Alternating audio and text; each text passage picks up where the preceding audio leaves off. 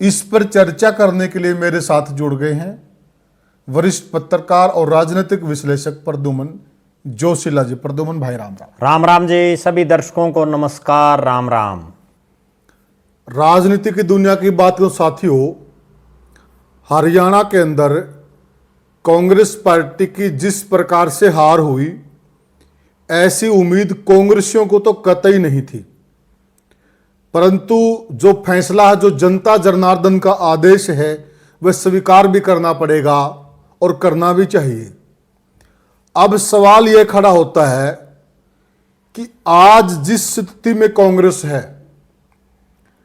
उस सिचुएशन में ऐसा कौन सा नेता कांग्रेस की नैया को पार लगा सकता है, कांग्रेस को आगे बढ़ा सकता है और कांग्रेस के अंदर जान फूंक सकता है। क्योंकि नतीजों के बाद से सीएलपी लीडर को लेकर लगातार सवाल खड़े हो रहे हैं। किस वजह से? देरी की वजह से। आखिर देरी क्यों की जा रही है? परंतु अब समाचार या सूत्रों से यह पता चल रहा है कि कांग्रेस पार्टी अब सीएलपी लीडर भी बनाने जा रही है और कांग्रेस पार्टी प्रदेश अध्यक्ष भी बनाने जा रही है नया। अभी जो है उनसे इस्तीफा लेकर नया प्रदेश अध्यक्ष का चुनाव भी होगा। तो फिलहाल कांग्रेस में ऐसे कौन से चेहरे हैं जो कांग्रेस निराशा की तरफ चली गई है, उसको आशावादी किया जाए।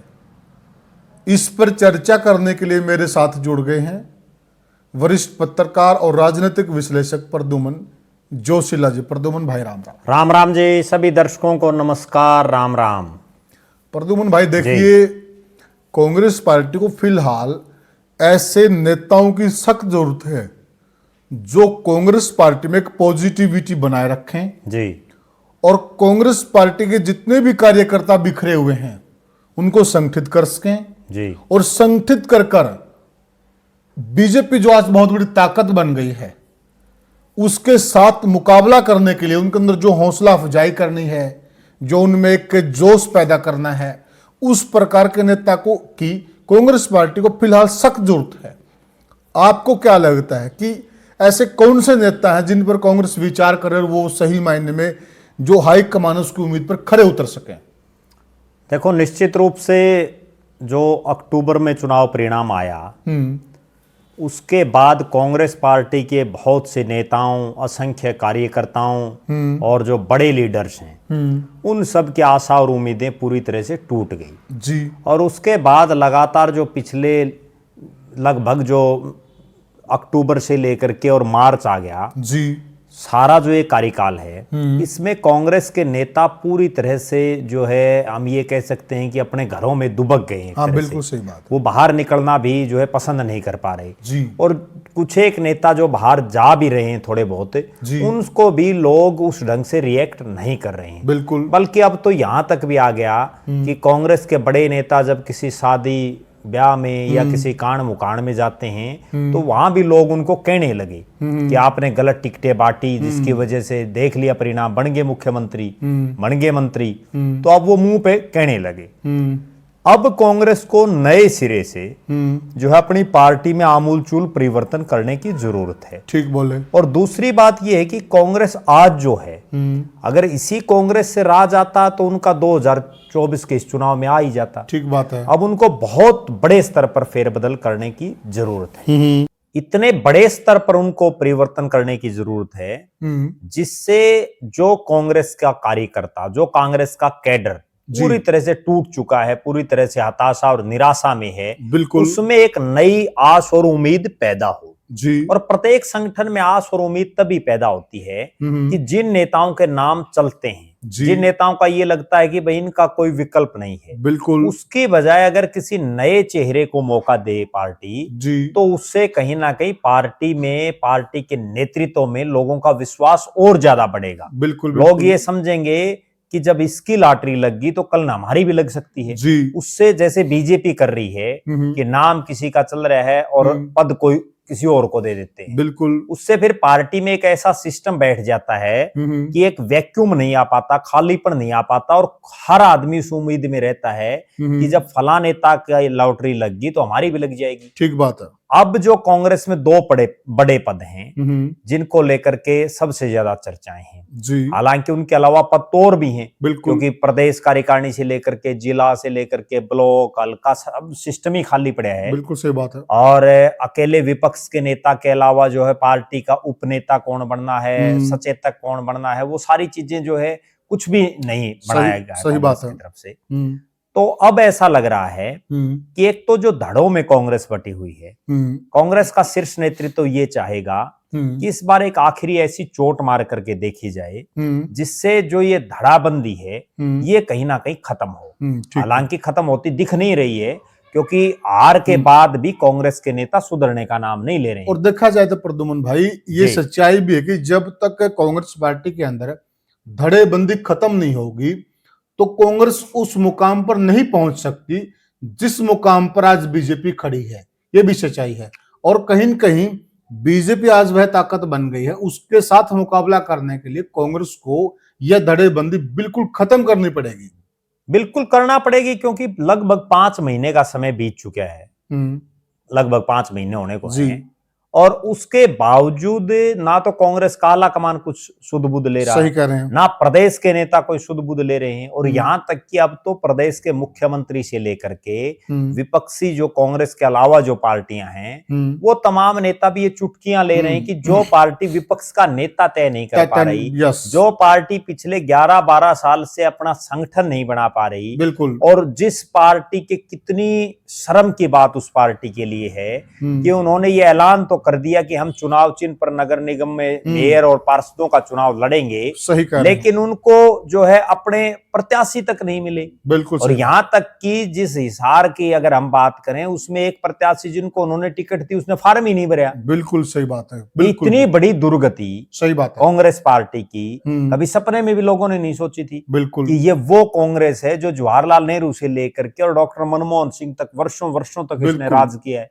और लाइन लगती थी टिकटों के लिए। बिल्कुल। हरियाणा प्रदेश में भी इसी तरह से पंडित भगवत दयाल शर्मा से शुरू हो जाए और चौधरी भूपेंद्र सिंह हुड्डा तक लगातार वर्षों तक राज किया है। ठीक बात। इसमें तो लोग टिकट के लिए मतलब फार्म ना भरें, इस चीज की कोई आदमी कल्पना कर सकता है। प्रद्युमन भाई एक बात बताइए, देखिए प्रदेश नेताओं में तो गुटबंदी है जी, ये जग जाहिर है, समझ में भी आता है, परंतु ये नहीं समझ में आता कि हाईकमान क्यों नहीं इस चीज में पहल दिखा रहा, क्यों इतनी लेट तक की और क्यों कड़े एक्शन नहीं ले रहा, ये नहीं समझ में आ रहा। देखो मेरा ये मानना है कि वर्तमान में जो कांग्रेस का हाईकमान है वो उसका आज तक के इतिहास का सबसे कमजोर हाईकमान है। अच्छा। वो कोई फैसले ले ही नहीं पा रहा, वो चाहे विपक्ष के नेता के तौर पर भले ही राहुल गांधी हो और चाहे मल्लिकार्जुन खड़गे राष्ट्रीय अध्यक्ष हो, चाहे उनके अन्य नेता हो। अभी नए नए प्रभारी बने हैं बीके हरिप्रसाद जी, और उनके बढ़ने के बाद ये था कि भाई वो पता नहीं क्या कर देंगे। अब वो देख लिया, अब तक तो उन्होंने कुछ नहीं किया। अब तक तो उनके बढ़ने के बाद क्या कांग्रेस में कोई 1% भी कोई आमूलचूल परिवर्तन हुआ है? कुछ भी नहीं हुआ।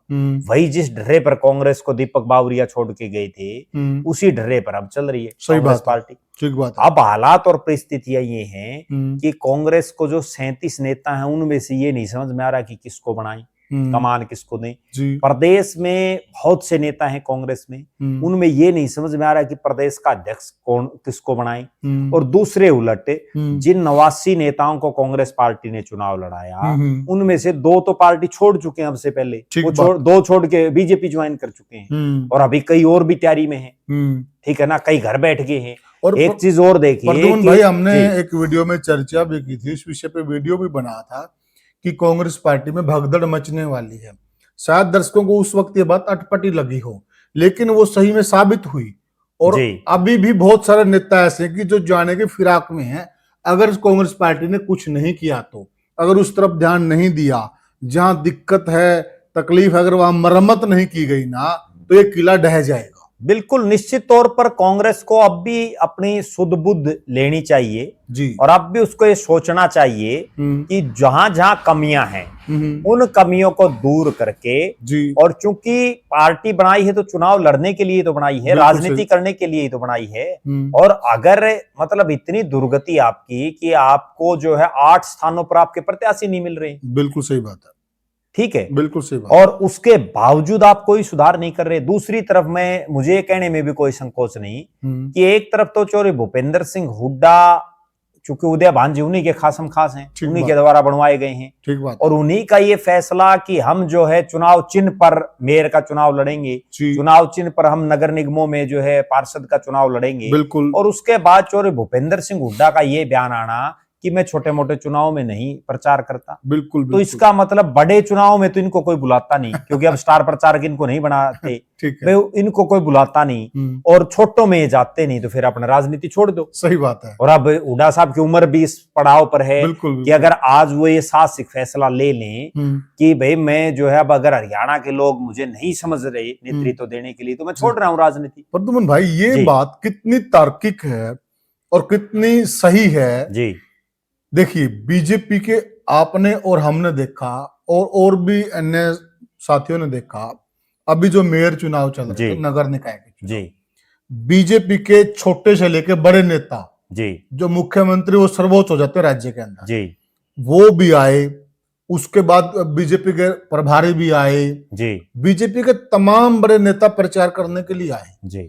वो यह कतई नहीं सोचते कि ये छोटा चुनाव है, ये बड़ा चुनाव, ये इस लेवल का चुनाव, ये हमारे लेवल का नहीं है, इसलिए वो जीत भी रही हैं। तो कांग्रेस के लिए तो बहुत गलत बात हुई कहीं न कहीं। देखो, भारतीय जनता पार्टी को मैं जो समझ पा रहा हूं, उनका आज के दिन ये गोल है कि कोई भी हालात और कोई भी परिस्थिति और कोई भी चुनाव हो, छोटे से लेकर के और बड़े तक, और आगे देख लेना, हो सकता अगली योजना में ये सरपंच के चुनाव भी इसी तरह से चुनाव चिन्ह पर लड़ना शुरू कर सही बोले, कई राज्यों में लड़ते भी हैं ये। क्योंकि इन्होंने लोकसभा से, फिर एमएलए से, फिर मेयर से, अब एमसी तक आ गए, अब नगर पालिकाओं तक आ गए, ठीक है, नगर पालिकाओं के भी चेयरमैन जो इन्होंने अपने चुनाव चिन्ह पर लड़े, तो इसका मतलब ये कहा जा सकता है कि अगले चुनाव में ये उससे नीचे, यानी सरपंच से लेकर के ब्लॉक समिति के, जिला परिषद के तो लड़ते भी हैं कई बार कई पार्टियां, तो वहां तक ये जाएंगे। और उस हालात और उस परिस्थिति में बीजेपी अपने प्रदेश के प्रभारी सतीश पुनिया से लेके प्रदेश के मुख्यमंत्री नगर पालिकाओं में वोट मांग रहे हैं। कितने अचंभे की बात है। ठीक बात है भाई, भवानी खेड़ा एक छोटी सी नगर पालिका, सही बोले आप, एक गांव है, एक तरह से हम ये कह सकते हैं। उस गांव में मुख्यमंत्री दो बार आ रहे हैं, दो बार, कितने अचंभे की बात है।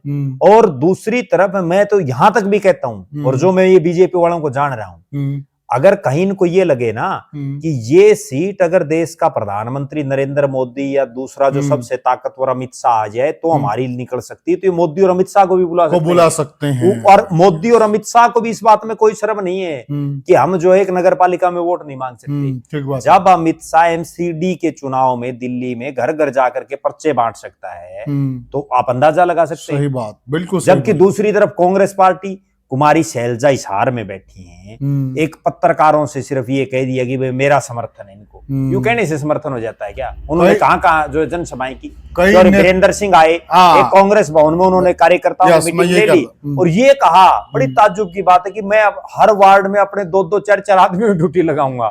वो हमने तो कहीं दिखे नहीं उनके। ठीक बात है, ठीक है ना, पूरा शहर कवर किया हमने, कहीं भाई कहीं नहीं दिखे। भाई किसी आदमी ने ये कही हो मेरी चोरी वीरेंद्र सिंह ने ड्यूटी लगाई हुई है। वीरेंद्र सिंह की राजनीति क्यों ढलान पर जा रही है? उनके साथ वही गिने चुने 2-4 आदमी हैं, उसके अलावा तो कोई नहीं है। नयों को वो भिड़ने नहीं देते। तीसरी तरफ आप देखो कांग्रेस में और बीजेपी में अंतर, ये वो भारतीय जनता पार्टी है, कितना बड़ा तुर्रम खान हो, मुख्यमंत्री आए, वहां प्रदेश की कैबिनेट के मंत्री वहां बैठे, पूर्व मंत्री वहां बैठे, जिला के प्रधान, बड़े बड़े नेता, और मुख्यमंत्री ने किसका हाथ उठाया? प्रवीण पोपली का, जो भारतीय जनता पार्टी का मेयर का प्रत्याशी। कौन बैठा है उसके साथ? प्रवीण पोपली। ठीक बात है। जबकि यहाँ क्या होता है, अरे चोरी भूपेंद्र सिंह हुड्डा प्रचार के लिए तो आए हैं कृष्ण सिंगला टिट्टू के, और बजरंग दास गर्ग उनको कुर्सी नहीं दे रहे, और बजरंग दास गर्ग उसके साथ बैठे। अगर इतना ही शौक बजरंग दास गर्ग को, तो फिर उनको खुद को चुनाव लड़ लेना चाहिए था। क्या संदेश जाएगा जनता में? जनता में ये संदेश जाएगा भाई कृष्ण सिंगला टिट्टू तो सिर्फ डम्मी है, अगर ये बन गया तो बजरंग दास गर्ग की चलेगी। ठीक बात। और अगर बजरंग दास गर्ग इतना बड़ा नेता है हम्म। तो उसको खुद को चुनाव लड़ना चाहिए था। यस, सही बात। उसने क्यों आगे नहीं बढ़ी? जब एमएलए की टिकट की बात थी तो बजरंग दास गर्ग सबसे आगे, भाई मेरे को दे दो टिकट। बिल्कुल। और जब मेयर चुनाव लड़ने की बात आई तो बजरंग दास गर्ग ने पीछे पांव खींच लिए। सही बात। और यहाँ मैं ये भी बड़े एक गजब बात बताऊं, अगर यहाँ कांग्रेस का राज होता ना तो क्या पता बजरंग दास गर्ग जब्दी तैयार हो जाता मेयर का चुनाव। सही कह रहे हैं आप, क्योंकि फिर तो उसको ये दिखता राज है, राज है, हार गए तो भी कोई बात नहीं। ठीक है, अब ये समझ नहीं आ रहा। तो एक बात बताइए प्रद्युमन भाई, जो इस प्रकार के नेता हैं जो मलाई खाने के लिए तो सबसे आगे रहते हैं जी, और जब सही मायने में पार्टी को उनकी जरूरत होती है तब वो पीछे हटते हैं जी, और फिर पीछे भी हट गए लेकिन कुर्सी उन्हीं को चाहिए। तो ऐसे नेता क्या लगता है आपको पार्टी को फायदा कर रहे हैं? इसीलिए तो कांग्रेस खत्म हो रही है। आप एक चीज देखो, कोई कमेटी बन जाए उसी में बजरंग दास गर्ग, कोई कुछ भी आ जाए, भाई यहाँ क्या कन्वीनर कौन है? बजरंग दास गर्ग। अरे बजरंग दास गर्ग ने पार्टी के लिए मजबूती के लिए क्या काम किया? उसने कितने लोगों को कांग्रेस पार्टी में ज्वाइन करवाया, कितने लोगों के वोट कांग्रेस पार्टी में दिलाए। और अगर वो इतना बड़ा नेता है, ये तो हम एक उदाहरण दे रहे हैं केवल, ठीक, अकेला बजरंग दास गर्ग नहीं, बहुत बजरंग हैं, कई बजरंग है, बहुत बजरंग है, एक सेना है बजरंग। हाँ, लेकिन वो सिर्फ इसलिए हमने उनका ये जिक्र कर दिया इस वीडियो में क्योंकि जब चौधरी भूपेंद्र सिंह हुड्डा प्रेस कॉन्फ्रेंस करने के लिए आए तो उसके बिल्कुल जड़ में बैठे थे और कृष्ण सिंह लाटीटू से आगे बिठा रखे थे। जबकि होना ये चाहिए था कि हुड्डा साहब के साथ कृष्ण सिंह लाटीटू को बिठाना चाहिए था। ठीक बात है, ठीक है ना। तो प्रद्युमन भाई, जबकि उस वीडियो में एक और गजब बात, दूसरी साइड जस्सी पेटवाड़ बैठे हैं, जबकि वहां बैठना चाहिए था चंद्र प्रकाश को। क्यों? क्योंकि चंद्र प्रकाश का तो इलाका इस नगर निगम में आता है, जस्सी पेटवाड़ का क्या है इस नगर निगम में? सही बात है, जस्सी पेटवाड़ का तो नारनौंद है। बिल्कुल ठीक। कांग्रेस, इसीलिए हमने एक वीडियो में पहले भी एक चीज का जिक्र किया था कि ये कांग्रेस क्यों फेल हो रही है। प्रोग्राम हिसार में नारनौंद का आदमी हुड्डा साहब के साथ बैठता है। ठीक बात है, ठीक है, बैठना तो हिसार शहर के चाहिए। बिल्कुल, अगर 4 हिसार शहर के मौजूद आदमी उनके साथ बैठाते जी जी तो कितना असर पड़ता। बिल्कुल सही बात है, ठीक है। और जनता सब जानती है आजकल, सारी हर चीज जानती है। अब दीपेंद्र हुड्डा आया, उनके साथ भी कोई कहीं का, कोई उकलाना हल्के का साथ घूम रहे हैं। अरे उकलाना वालों का हिसार में क्या भाई? ठीक बात है, अगर यहाँ कोई करना है तभी उकलाना मांगो तुम्हारे वोट। ठीक बात है। तो ये इसीलिए कांग्रेस पार्टी का जो है, जब भारतीय जनता पार्टी में एक बात और प्रद्युमन भाई, मान लिया आप जिस क्षेत्र से हो और मैं जिस क्षेत्र से आता हूँ जी, अगर आपका और मेरा वोटों पर कोई असर पड़ेगा तो अपने क्षेत्र में ही पड़ेगा जी, ठीक है। दूसरे क्षेत्र में हमें कौन जानता, कौन हमारा दबाव मानने? दूसरे क्षेत्र में भी मैं आपने एक उदाहरण दे देता हूँ, तो फालतू में घूमने वाली बात सुन लो। आपको एक उदाहरण दे देता हूँ। अब डॉक्टर राजेंद्र सूरा है, बरवाड़ा से टिकट मांग रहे थे, क्यों नहीं उनको स्टार कैंपेनर कमेटी में लिया? ठीक बात है। तेजबीर पुनिया एक ब्याणा खेड़ा गांव का, ठीक है, वो बरवाड़ा से टिकट मांग रहा था, क्यों नहीं उसको स्टार कैंपेनर में लिया? इसका मतलब पार्टी को भी ये समझ में आ रहा है भाई, ये सिर्फ नेताओं के आगे पीछे घूमते हैं, इसके अलावा और कुछ नहीं है। ये वोट नहीं दिला सकते, वोट दिलाने का बड़ा इनका चेहरा नहीं है, इसलिए जो है पार्टी भी ऐसे लोगों से कन्नी काटती है। लेकिन वो लोग इस टाइप के हैं कि वो सारा दिन उस नेता के कुर्सी के चिपके रहते हैं, सारा दिन। एक चीज मुझे नहीं समझ में आती कि बहुत लोग ऐसे हैं, सांसद जयप्रकाश आ गया, उसके चुगरते खड़े रहेंगे। अरे तुम तुम्हारा काम करो भाई, अगले ना अपना काम करने दो, उसको 10 आदमी नए आदमियों से मिलने दो, उसके पीछे खड़े होने से क्या हो जाएगा? बिल्कुल बिल्कुल। या फिर तुम उसके अगर गनमैन हो तो फिर जो है गनमैन, ऑफिशियल गनमैन बन जाओ, ठीक बात है, या उसके ऑफिशियल पीए बन जाओ। बिल्कुल ठीक, मैं तो इसका पीए हूँ, डायरी और उठा लो। बिल्कुल ठीक, सारा दिन पीछे घूमने से। बिल्कुल। तो इसीलिए इस कांग्रेस का, जबकि दूसरी तरफ आप देखो भारतीय जनता पार्टी वो पार्टी है जिसमें अनुशासन सर्वोपरि है। अगर हिसार की, ये तो हुड्डा साहब की बात है, अगर कोई छोटा नेता भी आ जाए ना और उसमें ये हो कि भाई ये आदमी स्टेज पर बैठेंगे, चौथा नहीं चढ़ सकता, अगर 3 की बात है। और मैं एक उदाहरण देता हूं आपको, आशा खेदड़ अभी कुछ महीने पहले तक जिला प्रधान ही थी, ठीक बात है, थी ना? आज मुख्य मंच पर कभी जगह मिलती है? सही बात है, ठीक है, सामने वाली कुर्सी पे बिठाते हैं। जबकि कांग्रेस पार्टी में जिस पर पदे नहीं की में भी वही बैठ जाता है। हाँ, ठीक बात है, जो कुछ नहीं है। बिल्कुल सही बात है, ठीक है, वो ही बैठ जाता है, ये अंतर है। ठीक है, अभी भी हमने देखा जब वो सतीश पुनिया जी वो कर रहे थे, तो वहां बताओ जिसका नाम था उसके अलावा किसी को भी चढ़ने दिया? बिल्कुल सही बात है, बिल्कुल राइट बात है, ठीक है ना। 2 बार नु सोचना पड़ता है भाई, इस आदमी अगर चढ़ गया तो उतार देते हैं नाम लेके, चल भाई उतर जा नीचे। बिल्कुल, और होना भी चाहिए। अनुशासन बिना तो घर ही नहीं चल सकता, कुछ भी नहीं चल सकता। कांग्रेस के फेल होने का सबसे बड़ा कारण ही ये है, अनुशासनहीनता, ठीक है ना, अनुशासनहीनता। ये भारतीय जनता पार्टी में वो सिस्टम है, सुन लो। अब आपको एक उदाहरण और देता हूं। अब मान लो कोई जिला प्रधान रैली, आशा खेदड़ जिला प्रधान रह ली, और आज क्या पता भारतीय जनता पार्टी उनको जिला सचिव लगा दे, ठीक बात तो भी उसने करना पड़ेगा काम। ये नहीं है कि भाई जिला प्रधान बन ली तो अब जिला सचिव नहीं बनेगी, या तो मुख्यमंत्री मंत्री बनते हैं। हाँ बिल्कुल सही बाबूलाल गौड़ मुख्यमंत्री बनने के बाद उसको मंत्री बना दिया सरकार बना में। दिया। देवेंद्र फडणवीस को मुख्यमंत्री बनाने के बाद डिप्टी चीफ मिनिस्टर बना दिया। बिल्कुल। बताओ कोई आदमी बन सकता है क्या? सही बात। आज कोई यूं कहे भूपेंद्र सिंह हुड्डा को भाई आप जो है पूर्व मुख्यमंत्री रह लिए और अब जो है आपको जिला प्रधान बना दें कांग्रेस का, ठीक बात है, तो नहीं बनेंगे, नहीं बने, जबकि भारतीय जनता पार्टी में बन जाते। इसीलिए तो बीजेपी को ये कहते हैं कि हम बीजेपी का कितना बड़ा नेता हो। आप एक चीज और देखो, कुलदीप बिश्नोई जब कांग्रेस में था तो रोज मुख्यमंत्री बन के सोता था। बिल्कुल। किरण चौधरी रोज मुख्यमंत्री के सपने देखती थी, चौधरी बीरेंद्र सिंह रोज सपने देखते थे, राव इंद्रजीत रोज देखते थे, और भी पता नहीं कितने नेता हैं, ठीक है। और अब बीजेपी में जैसे ही आ जाते हैं ना तो ये कहते हैं हम तो साधारण कार्यकर्ता है। वो मतलब वो भूल ही जाते हैं हमने मुख्यमंत्री बनना है या हमने प्रदेश अध्यक्ष भी बनना है, हम तो साधारण कार्यकर्ता है, पार्टी जो करेगी वो करेगी। क्योंकि उनको ये पता है इस पार्टी में नेता मुख्यमंत्री नहीं बनते, साधारण कार्यकर्ता मुख्यमंत्री बन जाते हैं। उनको पता है भाई तारा जुगाड़ इतना है, अगर इतना है तमिल बनाते तो कांग्रेस वाले बना देते ठीक है ना। लेकिन कांग्रेस में क्या है कि कुछ छुट भैया टाइप का नेता भी, अरे जिसका कोई सिस्टम नहीं है वो भी यूं सोचता है मैं सब कुछ हूं। सही बात है। तो प्रद्युमन भाई देखिए, यहाँ कांग्रेस में एक चीज और हो रही है, दीपेंद्र हुड्डा किसी को 2 बार राम रमी ठीक ठाक ले ले वो टिकट मांगनी शुरू कर देता है, ठीक है ना। तो अब मूल सवाल पे आ जाते हैं, तो आपको क्या लगता है कि सीएलपी के लिए कौन मुफीद होगा फिलहाल कांग्रेस में? देखो मेरा ऐसा मानना है कि भले ही चुनाव हार गई हो कांग्रेस, लेकिन चौधरी भूपेंद्र सिंह हुड्डा की अनदेखी कांग्रेस नहीं कर सकती। अच्छा। और अगर उन्होंने उनकी अनदेखी कर ली तो ये पार्टी जैसे अब तो 37 आ गई, आगे 37 भी नहीं आएंगी, आगे इससे भी बुरी हालात होगी। अच्छा। और मुझे ये लग रहा है कि एक पद या तो प्रदेश का अध्यक्ष या विधायक दल का नेता चौधरी भूपेंद्र सिंह हुड्डा और दीपेंद्र सिंह हुड्डा में से एक होंगे, कोई दो राय नहीं है। ठीक है। अगर भूपेंद्र सिंह हुड्डा को विधायक दल का नेता बना दिया क्योंकि वो विधायक हैं, तो उस लिहाज से जो कांग्रेस का प्रदेश अध्यक्ष है वो किसी गैर जाट को बनाया जाएगा। ठीक है। और अगर चौधरी भूपेंद्र सिंह हुड्डा की बजाय किसी अन्य चेहरे को विपक्ष का नेता बनाया गया तो ये निश्चित है कि दीपेंद्र सिंह हुड्डा को फिर प्रदेश का अध्यक्ष बनाया जाएगा, क्योंकि दीपेंद्र सिंह हुड्डा की पीछे भी चर्चाएं थी इस चीज की जब चौधरी उदयभान को बनाया गया। लेकिन उस समय समस्या यही थी कि पिता पुत्र दोनों को नहीं बना सकते। हुड्डा साहब विपक्ष के नेता थे तो वो इस्तीफा नहीं देंगे। अब कांग्रेस में हुड्डा साहब के दिमाग में भी एक चीज मैं जो समझ रहा हूं वो यही मिलेगी कि पहले वो विपक्ष के नेता की ट्राई करेंगे। अच्छा।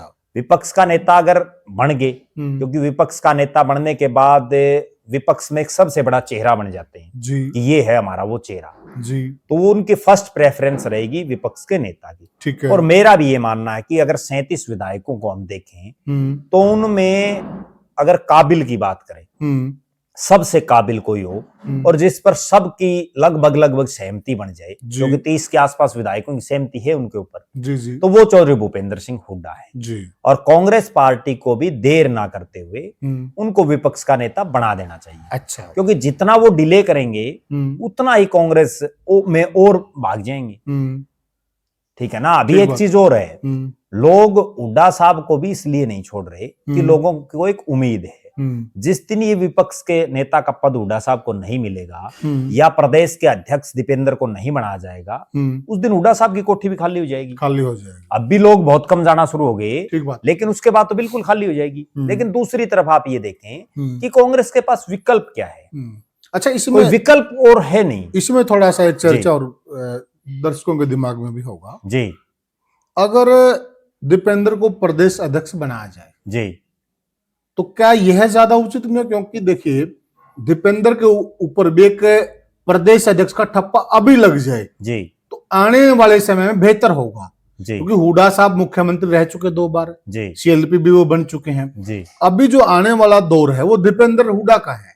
तो मेरे हिसाब से अगर दीपेंद्र सिंह हुड्डा पर अभी एक बड़ा ठप्पा लग जाए तो वो ज्यादा मुफीद होगा इस परिवार के लिए भी और हरियाणा कांग्रेस की राजनीति के लिए।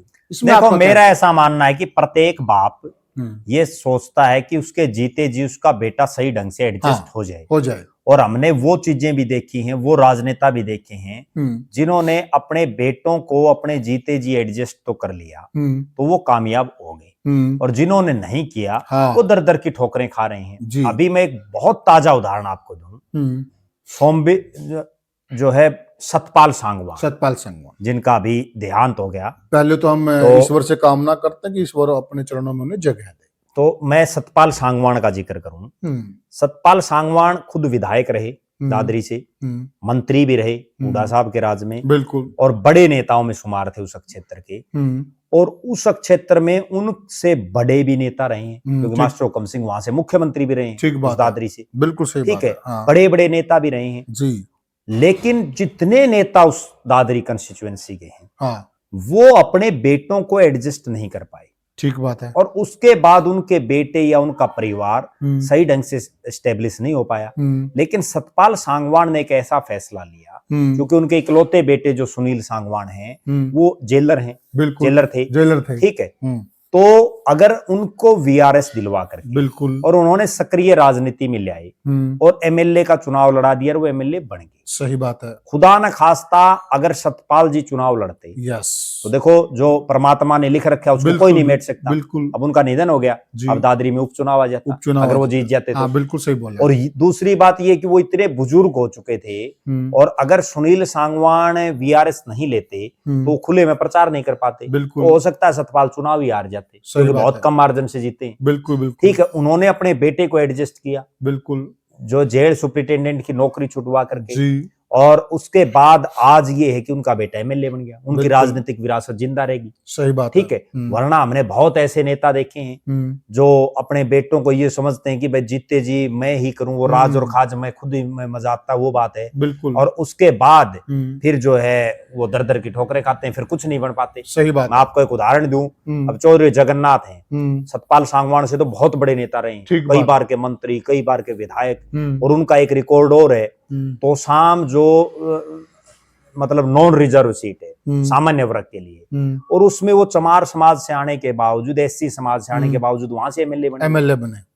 ठीक बात है। बहुत विरला उदाहरण है। ठीक, और एक आम परिवार से हैं। और आज देखो आप जगन्नाथ के जो तीनों लड़के हैं उनकी क्या हालात है।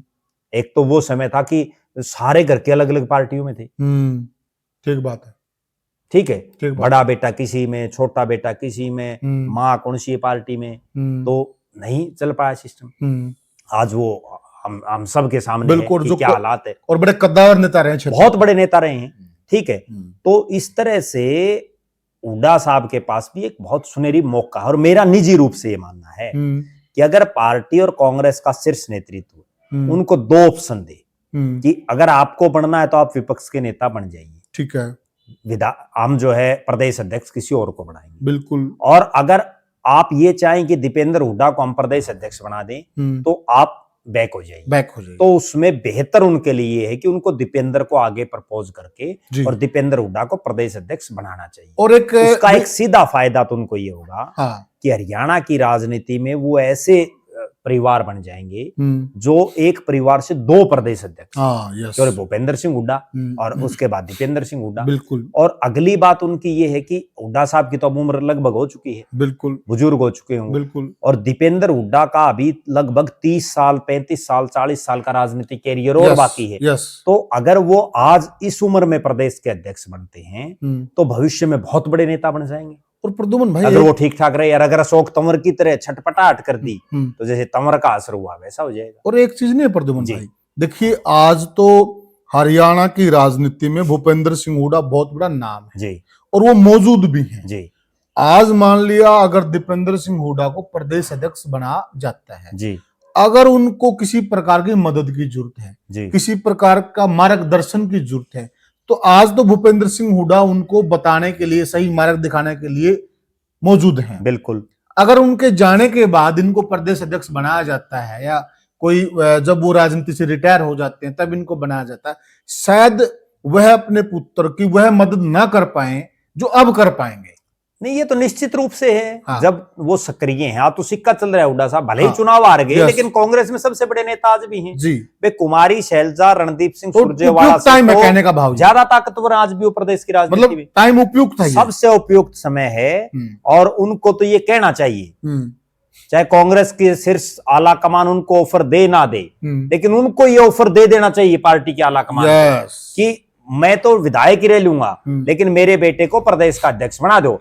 और देखो, मुझे ये कहने में भी कोई संकोच नहीं है कि दीपेंद्र हुड्डा में वो कैपेसिटी भी है कि आज वो यंग हैं, युवा हैं, युवाओं में उनकी पकड़ है और युवाओं का जमाना है।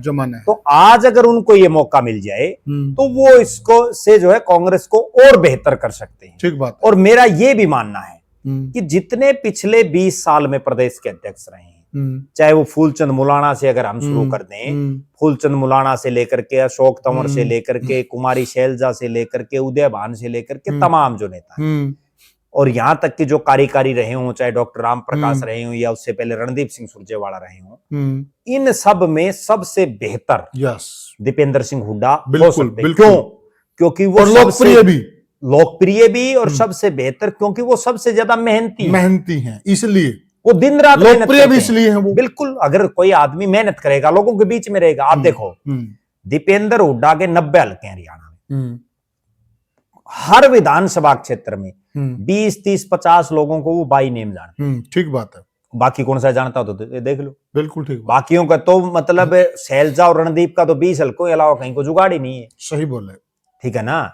तो दीपेंद्र हुड्डा सबसे उपयुक्त हैं और उनको बना भी देना चाहिए। और मेरा यहां तक भी मानना है कि शैलजा, रणदीप और जो उनका ग्रुप है, उनको भी बड़प्पन दिखा करके उनके साथ कंधे से कंधा मिला करके लगना चाहिए। क्योंकि अगर 5 साल और नहीं आई ना कांग्रेस से, फिर यहाँ तो लुप्त हो जाएगी वो। फिर ये झगड़ते रहना आपस में, फिर लड़ते रहना कुछ नहीं है, फिर आप ही हारेंगे। बिल्कुल ठीक बात है। ठीक है ना? इस बार भी ये केवल इसलिए ही तो जीते कि कांग्रेस की आंधी थी। ठीक बात है। नहीं, पिछली बार क्यों हार गई रणदीप सिंह सुरजेवाला? ठीक बात। कुमारी शैलजा क्यों हार गई? ठीक बात है। ठीक है, सही बात। यूं थोड़े भैया अनबीटन है।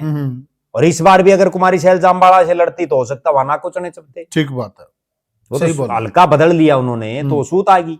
अच्छा, एक बात और प्रद्युमन भाई, जब कांग्रेस का कुछ उद्धार होगा जी, कांग्रेस सत्ता में आएगी, पावर में आएगी, तभी तो कोई बेनिफिट है ना। बिल्कुल। अब जब वो सत्ता में, तो किस बात की लड़ाई है? अब विपक्ष में सुन लो। अब बहुजन समाज पार्टी है, सदा विपक्ष में है, मारे जाओ नारे। बिल्कुल ठीक है। या भारतीय जनता पार्टी थी 2014 से पहले विपक्ष में थी। बिल्कुल ठीक है, कोई नहीं आता था, कोई नहीं आता था।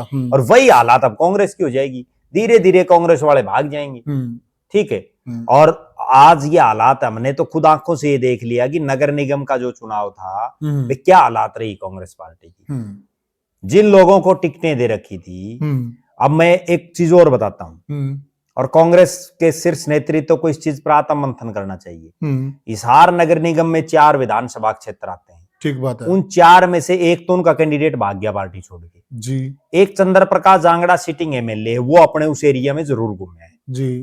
ठीक है, उसका टूर प्रोग्राम भी बाकायदा जारी हुआ। बिल्कुल। 2 नेता और हैं, बरवाड़ा से रामनिवास घोडेला जी, उसने कितने वार्डों में जाकर के वोट मांगे। सही बात। जितनी मेहनत, मैं एक बहुत गंभीर बात कह रहा हूं, कांग्रेस इसलिए फेल होती जा रही है, जितनी मेहनत रामनिवास घोडेला ने अपने चुनाव में की, क्या अब इस चुनाव में उसने उसका 10% भी किया? ठीक बात है। 100 तो छोड़ दीजिए आप, बिल्कुल बिल्कुल 10% भी किया। नुकसान। दूसरी तरफ प्रद्युमन भाई, 1 मिनट में बात पूरी कर दूं। दूसरी तरफ अनिल मान, जिसको नलवा से टिकट दी, अनिल मान ने जितनी मेहनत नलवा के अपने चुनाव में की, क्या उसका 10% भी किया?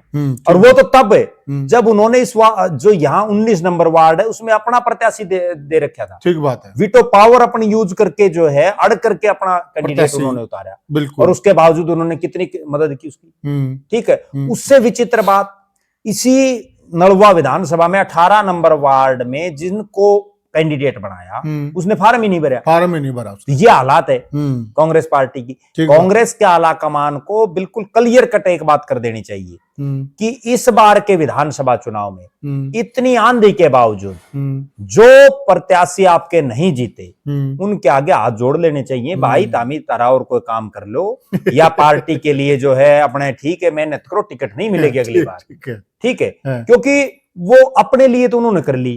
अब जब पार्टी की बारी आई, पार्टी को कुछ देने की बारी आई, तो बताओ वो कहाँ है। ठीक बात है। अच्छा, और अगली सुन लो, चलो रामनिवास राणा चला गया, और जो कांग्रेसी थे उन्होंने कितनी मेहनत की, बजरंग दास गर्ग ने कितने वार्डों में जाकर के जनसभाएं की। ठीक बात है। ठीक है, हमने तो वो जब भी बहुत बार हमारा ऐसा मौका मिला कांग्रेस भवन में मिली।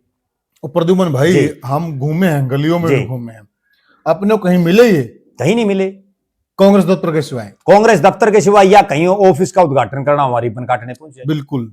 अरे वोट मांगो, बिल्कुल, तब बात बनेगी। जहां वोट है, जहां से जीत हार होनी, वहां तो ये मिले ही नहीं है, ये सच्चाई है। और प्रद्युमन भाई, अब हम दूसरे सवाल पर आते हैं जी। तो देखिए, हमारा पड़ोसी राज्य है उत्तर प्रदेश जी, और वहां पर मुलायम सिंह के मौजूद रहते जी अखिलेश को मुख्यमंत्री बनाया गया। जी, ठीक है, हार जीत एक अलग चीज है, लेकिन आज योगी आदित्यनाथ के बाद जी अखिलेश यादव यूपी के सबसे बड़े चेहरे हैं। मायावती को पीछे छोड़ दिया उन्होंने, इसमें कोई दो राय नहीं। बिल्कुल। और सेंटर की राजनीति में बड़ा नाम है, बिल्कुल है। तो वो बड़ा नाम तभी बना जब मुलायम सिंह यादव ने त्याग किया। जी, ये तो होगी। अब दूसरी बात ये है कि अगर एससी समाज से या अन्य समाज से प्रदेश अध्यक्ष बनाया जाता है, दीपेंद्र को नहीं बनाया जाता, तो उनमें आपको कौन से चेहरे नजर आते हैं जो इस पद को बखूबी संभाल सकते हैं? देखो, पहली बात तो ये कि पिछले 20 साल से हरियाणा में कांग्रेस इस परिपाटी पर चल रही कि वो विधायक दल का नेता जाट समाज से बना रही है। अच्छा। और जो प्रदेश का अध्यक्ष है वो एससी समाज में और चमार जाति से बना रही है। पिछले लगातार 20 साल से सिस्टम चल रहा है। ये पर्टिकुलर चमार जाति से क्यों बना रहे हैं, ये प्रश्न खड़ा होता है। बिल्कुल उसका भी है। उसी का एक वजह ये है कि इस बार जो डीएससी, जिसको एक नई व्याख्या दे दी गई, चमार समाज के अलावा बाकी जो जातियां एससी समाज में बच गई जी, चाहे वो धानक समाज हो, वाल्मीकि समाज हो, ओड समाज हो, या अन्य जो बहुत सी जातियां हैं उसमें जी, तो वो जो है उन्होंने bumper voting Bharatiya Janata party के पक्ष में की। बिल्कुल की। और वो केवल इसलिए की कि बीजेपी के नेता उनको ये समझाने में कामयाब हो गए डीएससी समाज के लोगों को कि कांग्रेस पार्टी में आपका हक खाया जा रहा है, आपको आपका उचित हक नहीं मिल पा रहा है। ठीक बात है। और जो उनके समझ में आ गई। बिल्कुल। अब कांग्रेस पार्टी को दो बातें, हम पर्टिकुलर इस वीडियो में नहीं तो बहुत लंबा हो जाएगा। पहली बात तो ये है कि अगर पुराने पैटर्न पर कांग्रेस चलती है, विधायक दल का नेता जाट समाज से किसी को बनाते हैं, तो वो चौधरी भूपेंद्र सिंह हुड्डा होंगे। अगर जाट समाज से बनाते, कोई डाउट नहीं। और उस हालात में विपक्ष का नेता अगर चमार जाति से बनाते हैं, एससी समाज से बनाते हैं, जैसे जो प्री पार्टी चल रही है जी, तो मैं ये मान रहा हूं कि दो नाम दिखाई दे रहे हैं। एक वरुण मुलाना हो सकते हैं, जो अंबाला से लोकसभा के सांसद हैं, बिल्कुल, उनकी धर्मपत्नी भी विधायक हैं। और दूसरा नाम एक अप्रत्याशित हो सकता है जी।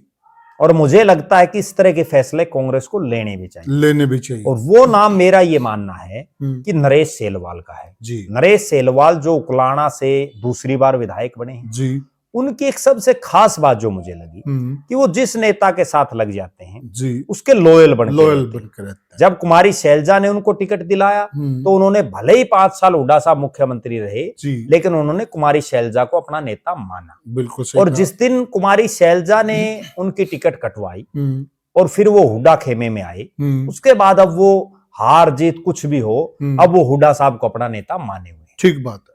तो नरेश सेलवाल एक अच्छा विकल्प हो सकते हैं। युवा हैं, एनर्जेटिक हैं, नए चेहरे हैं। और एक खास बात उनकी ये है कि खुद कुमारी शैलजा का जो पैतृक हल्के से आते हैं। बिल्कुल। और कुमारी शैलजा की एक बड़ी काट भी हुड्डा साहब के पास है उनके रूप में, तो वो हो सकते हैं। इन दो के इतर मुझे नहीं लगता कि जो है चमार जाति में कोई और बड़े चेहरे पर कांग्रेस दांव लगाए। क्योंकि अगर फिर कोई लगाएगी तो गीता बुक्कल का जैसे एक नाम है, लेकिन उसमें समस्या ये है कि अगर हुड्डा साहब बनते तो गीता बुक्कल और वो दोनों एक ही लोकसभा क्षेत्र से आ गए, तो उस लिहाज से नहीं लग रहा।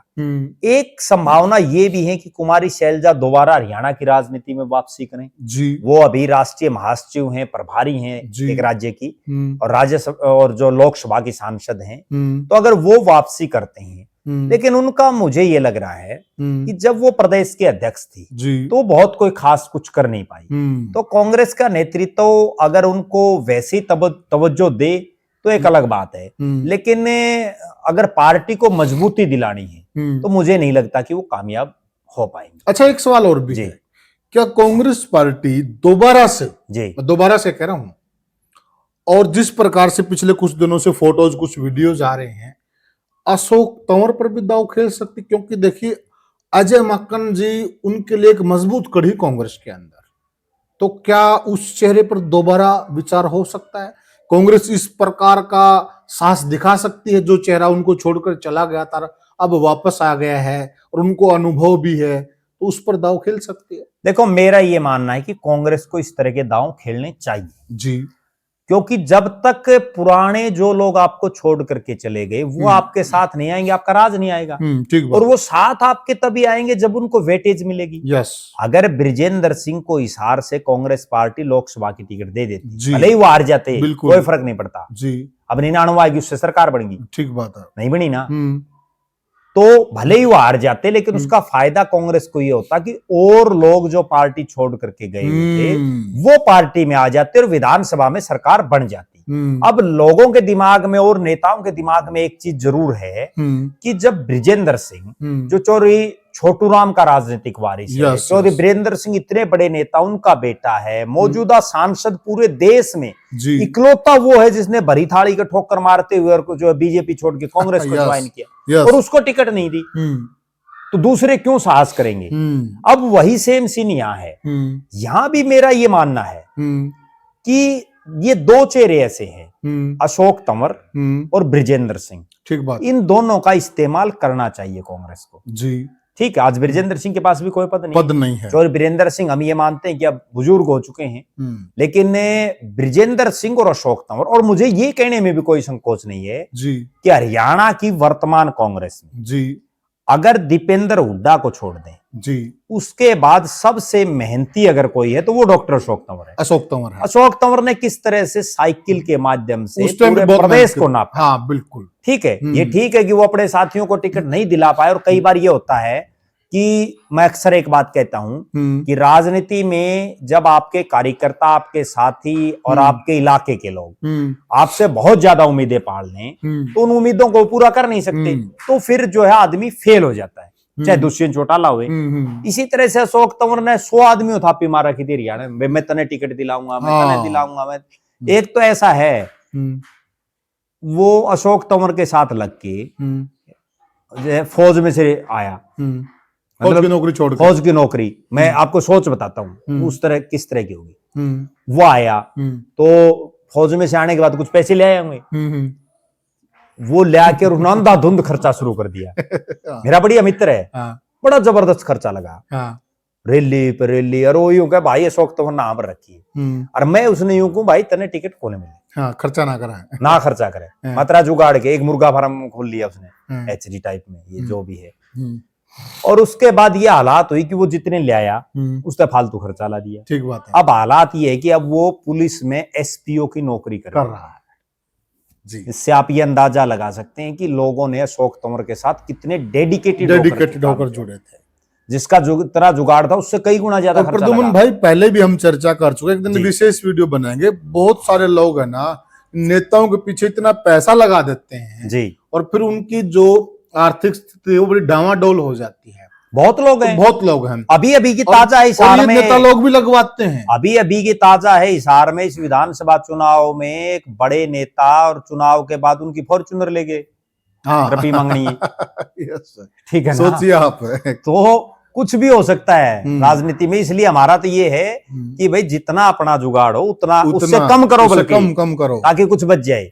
खर्चा करो ना, क्यों करो फालतू खर्चा। अब जो अगली बात है जी, जो हमारा मेन विषय है जी, कि अशोक तंवर भी एक चेहरा कांग्रेस के लिए हो सकते हैं, कोई डाउट नहीं। अच्छा, और ऐसे चेहरों पर पार्टी को दांव लगाना भी चाहिए। ठीक है, क्यों लगाना चाहिए? उससे फिर दूसरे जो लोग पार्टी छोड़ करके चले गए वो भी तो आ जाएंगे।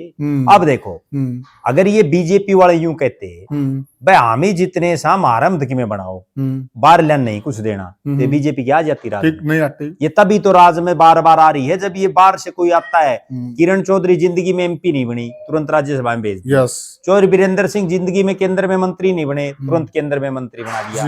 धर्मवीर सिंह जिंदगी में कभी एमपी नहीं बने, 3 बार का एमपी बना दिया। जी रमेश कौशिक जिंदगी में कभी एमपी नहीं बने, 2 बार एमपी बनाया। बिल्कुल ठीक है। नवीन जिंदल जो बिल्कुल हांसी पर जा चुके थे, उनको एमपी बनाया, धक्के से टिकट ठीक है, धक्के से टिकट देके। जो रणजीत सिंह जो 32 साल बाद दोबारा 32 साल जीते बाद। और उनको इतना पावरफुल महकमों का मंत्री बनाया, बाद में एमपी की टिकट दी। तो बिल्कुल। ये तो जिसका जितना बहुत से उससे ज्यादा दे रहे हैं, ज्यादा दे रहे हैं। जबकि कांग्रेस वाले यूं कहें नहीं भाई हमने नहीं चाहिए, नहीं चाहिए, तो इसलिए फेल है।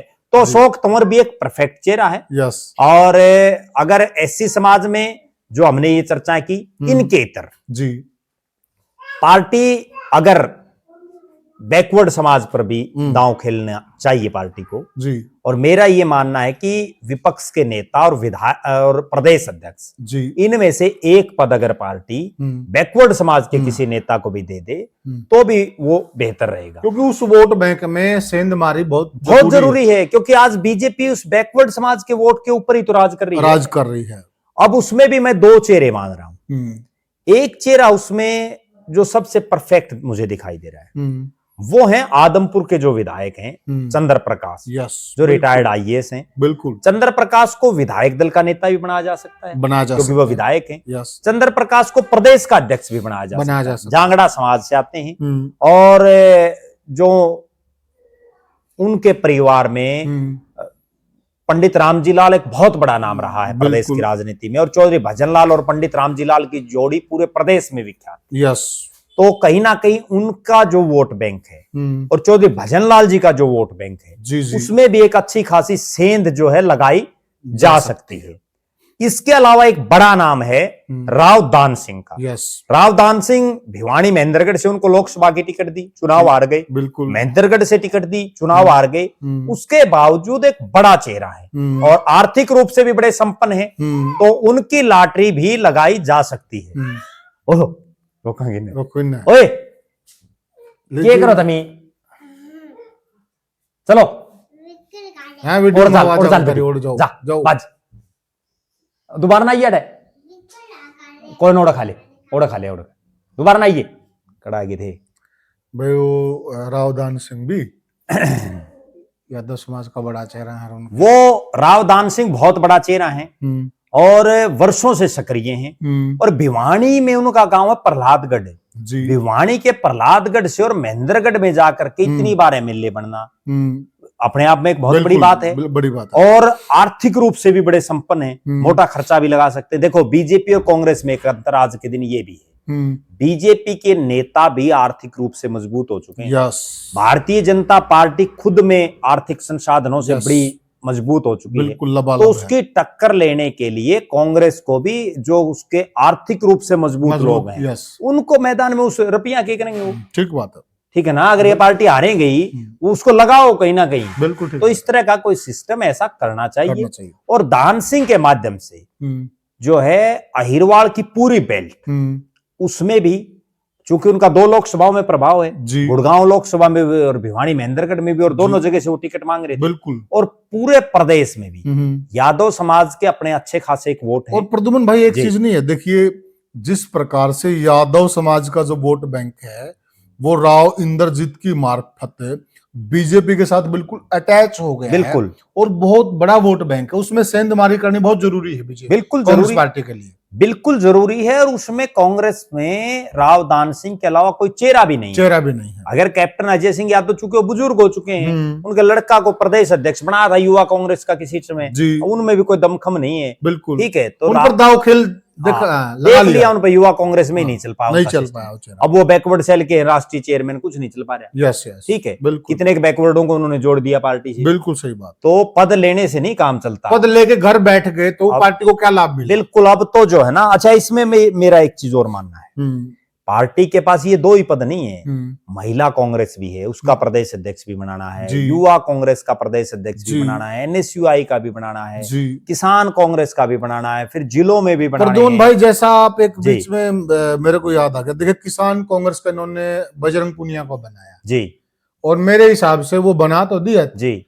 और मैं सभी के लिए कह रहा हूं, जो भी नेता लोग ये पद लेकर घर बैठ जाते हैं, ये कहीं न कहीं पार्टी को ज्यादा नुकसान करते हैं। नहीं, बजरंग पुनिया ने क्या कर दिया वो पद लेके? हाँ, कुछ भी तो नहीं किया, राष्ट्रीय स्तर पे बना रखे उनको। और किसान, उनको नॉलेज भी क्या है, वो तो पहलवान ने की उन्होंने। उसको अगर बनाना चाहिए था, उनको खेल प्रकोष्ठ का बना यस, देते। खेल प्रकोष्ठ का बनाते उनको। किसानों के लिए उनको तो मेरे ख्याल में जो इस तरह से जो किसान सेल में बना रखे ना कई, कुछ एक तो ऐसे मिल जाएंगे जिनको जोर जई मंत्र का नहीं पता मिलेगा। जी सही बोले आप। जोर गेहूं की फसल में ये नहीं बता सकते ये जौ की है, ये गेहूं है। बिल्कुल सही बात है। ठीक है ना। बिल्कुल। तो कहने से काम नहीं चलता, बिल्कुल। यहाँ बहुत कुछ करना पड़ता है जी। और अगर कुछ करेंगे तो ये कुछ ना कुछ ले बैठे। तो प्रद्युमन भाई, वीडियो का अंत करें, काफी लंबी चर्चा हो गई हमारी, तो और लगा कि बीसी में कोई बस और तो साथियों, जैसा कि चर्चा के माध्यम से प्रद्युमन जोशीला जी ने बताया, फिलहाल कांग्रेस पार्टी को बहुत बड़े बड़े परिवर्तन करने की जरूरत है।